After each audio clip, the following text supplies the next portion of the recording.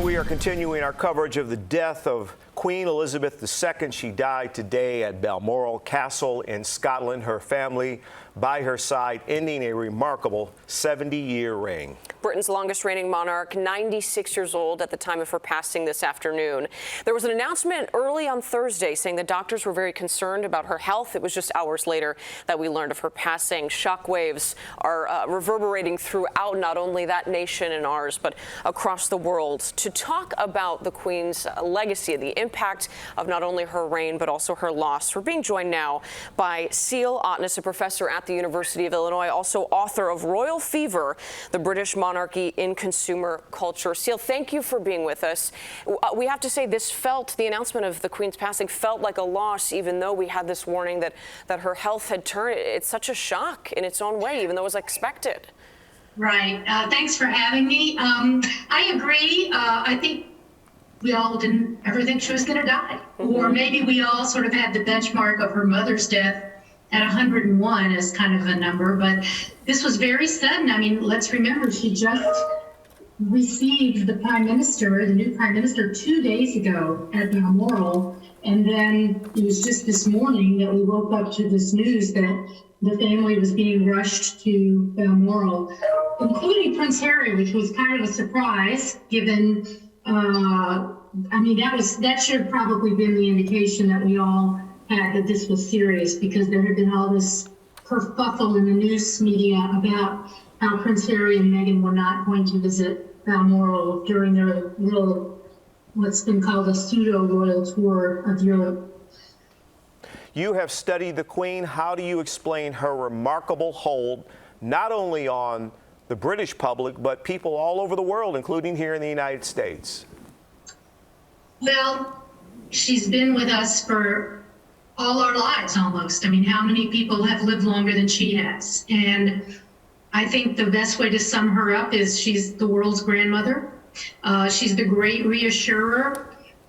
She was calm and dignified and duty-driven, and we could constantly depend on her. She was never going to put a foot out of place, as they say in Britain. And there was the one instance when Diana died, and people thought that the royal family didn't honor her death as quickly or as publicly as they should have. That was the subject of that famous movie, The Queen. But other than that, she's lived a very impeccable life. Crossing the globe, meeting everyone famous. She's sort of an icon of wealth and prestige, and yet also very humane, very with her two sort of humorous recent skits, the one with Paddington Bear in her Jubilee, and also the one when she, quote, jumped out of the parachute in the James Bond skit during the Olympic ceremony. She also revealed her sort of funny human side. Along with that, so many people continue to remember the Queen for her dedication to duty, something that she pledged as she ascended to the throne, and something we've seen truly up until her death. We mentioned and we saw photos of her at her Balmoral Castle greeting the new Prime Minister, again, Liz Truss, just 2 days ago. We know that the Queen was supposed to have an event on Wednesday that was virtual. Right. She pulled out of that. There was already a little bit of speculation about concern for her health, and we get the announcement earlier today. And again, her eventual passing this afternoon. Cele, this seems fitting for what we've seen of her and her commitment to the country throughout her reign. She was dutiful until the end, and probably was not happy, although listened to her doctors about resting and skipping, the events that were scheduled. And probably we should have all realized that if she was stepping down from events in her beloved Scotland, a place she really was very close to her heart, that we all should have been prepared. I don't think anybody was prepared. And now we will have a very sort of prolonged period of mourning in Britain with a funeral in 10 days. And I imagine that most of the world will be glued to that. How would you describe the relationship between the Queen and the 15 prime ministers that she worked with? When she ascended to the throne, Winston Churchill, was the prime minister. And as you just mentioned, as Marie said, 2 days ago, she greeted the new prime minister. How did she work with those? And I wonder if you could break down the relationship between the monarchy and the parliament form of government. Sure. So I won't be able to do that for each of the 15 prime ministers, but I will say that the relationship between the Queen and the prime minister is that she's sort of in the monarch, who is now King Charles III, of course, is there to advise, consult, and warn. That's kind of what their role is. They are not supposed to interfere, offer policy, any opinions on policy. They're not supposed to take sides. I think the Queen had internalized that very well. I don't know if Prince Charles will be as happy with that understanding. But basically, it's kind of like the prime minister has a sounding board, and also it's the duty of the prime minister to keep the monarch informed of what the key issues of the day are, or of the week, because I believe they have weekly meetings that face the nation. So I wouldn't hesitate to say that the monarch acts like a therapist, but the monarch offers advice when advice is requested, and essentially listens and takes in sort of the issues of the day.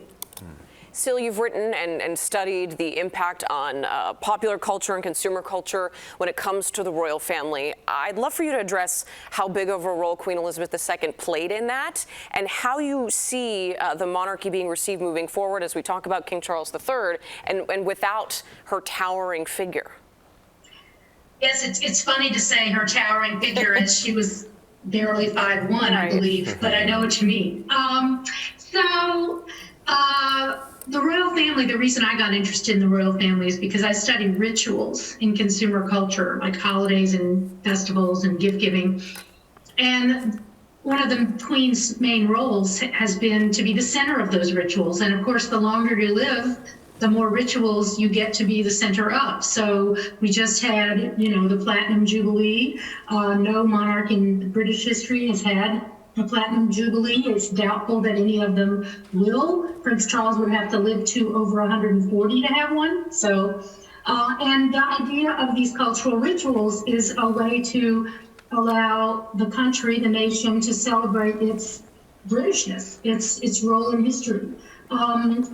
So that's a very important role. There is, of course, a huge industry around royal family tourism. There will now be a larger industry around royal family tourism because a monarch who has passed will have all sorts of new kind of royal events and displays, exhibits, etc. Created around them. All one needs to do is go to, say, Kensington Palace, Buckingham Palace, the Tower of London, Windsor Castle, many of these places she did live in. So I think that her influence on popular culture, from down to the ceremonial mugs to celebrate, that will have dates of her passing on them, all the way up to Royal Heritage tourism and media. I mean, there are continually movies and shows. The Crown is going to have its new episode. Cele. Need to be, propagated. Yeah. Cele, I wonder if you could talk about her flaws. When Princess Diana was killed in 1997, there was some criticism that she didn't respond quickly to her death, and the monarchy was seen as cold and aloof, and there was criticism that the monarchy had not embraced Princess Diana. Can you talk about some of that criticism and what you might consider to be her flaws? Well, it's hard to talk about someone's flaws so soon after they've passed. I would say that rather than her flaws, I would say that perhaps she underestimated the importance of understanding the royal family as a brand. Because when she grew up, prior to social media, barely involved in mass media was starting, she didn't really think that it was, the people's business as to how the royals lived. And there was a documentary done that Prince Philip encouraged in the 60s of the royal family and their life and barbecuing and doing all these sort of normal things. And it aired, and it was one of the most popular shows in Britain. She never let it air again. Huh. So I think the Queen, one of her sort of pillars was privacy. This became problematic as the rest of the world quickly, ditched privacy in favor of social media. So this issue of responsiveness, how responsive has the firm been to needing to be responsive? So for example, the Prince Andrew scandals, did they move quickly enough to express dismay? Harry and Meghan, should they ostracize them more because they seem to be weakening the brand? So I think that she probably found it a little offensive to think of the royal family as a commercial venture, as a brand, but within the family, they were known as the firm. And so I think that would be what I would say. Cele, while we have your shot, we're also showing people live pictures outside of Buckingham Palace where people are leaving flowers outside of the gates. To touch on the Queen's desire for privacy, I think where she passed, Balmoral Castle, her summer residence in Scotland, plays into that because, Cele, if you can speak to the fact that she was quite the outdoors woman. She enjoyed being out there, having that privacy away from all the pomp and circumstance of the monarchy as we know it. Yes, I think it's very fitting that she passed away at Balmoral. It was one of her favorite places. It was the place that she felt she could be herself. You're absolutely right. At the core of her existence was this outdoorsy sportswoman, which I think was very endearing. You would see this petite woman walking around among all these giant horses, and she was most enthusiastic on camera when she was cheering on horses at races, especially if she owned them, which was quite often. And I think that interesting, your point about how dying at Balmoral also gave her probably the seclusion she would have liked in death. I mean, I'm not surprised, and I figured we would start seeing the flowers and the crowds at Buckingham Palace, even though it's, dark now. I believe that we're going to see over the weekend just a deluge of mourning. There will be 3 days where she lies in state, and I think that those lines will extend for miles. And we can also look ahead, if we can, to King Charles. How might he approach the job? He is King Charles. He became King Charles the minute that she passed.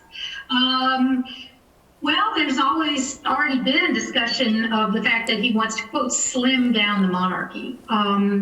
There's always been a little contention in the family about whether certain of the younger relatives, such as Princess Beatrice and Princess Eugenie, will get, quote, royal roles. Will they be designated ambassadors? Will they be given duties? And sort of related to that, very importantly, will they be on the payroll? I think it remains to be seen. I think one of the most telling ways we will be able to tell if he's going to slim down the monarchy is what the coronation ceremony will actually look like, which will be in several months, because it's not considered appropriate to hold a coronation ceremony, which is a celebration of the new monarch, while one is mourning the past monarch. So this is why a lot of people get confused about when did the Queen really become Queen. Well, she became Queen the minute her father died in 1952, yet her coronation was not until 1953. So depending on how elaborate that ceremony is, I think that will be a big cue as to how Prince Charles is going to approach his reign. Cele Otnes, professor at the University of Illinois and author of Royal Fever, the British Monarchy in Consumer Culture. Thank you for making time for us on this historic day and for your reflections on the Queen and the rest of the royal family. Thank you. Thanks for having me. Thank you.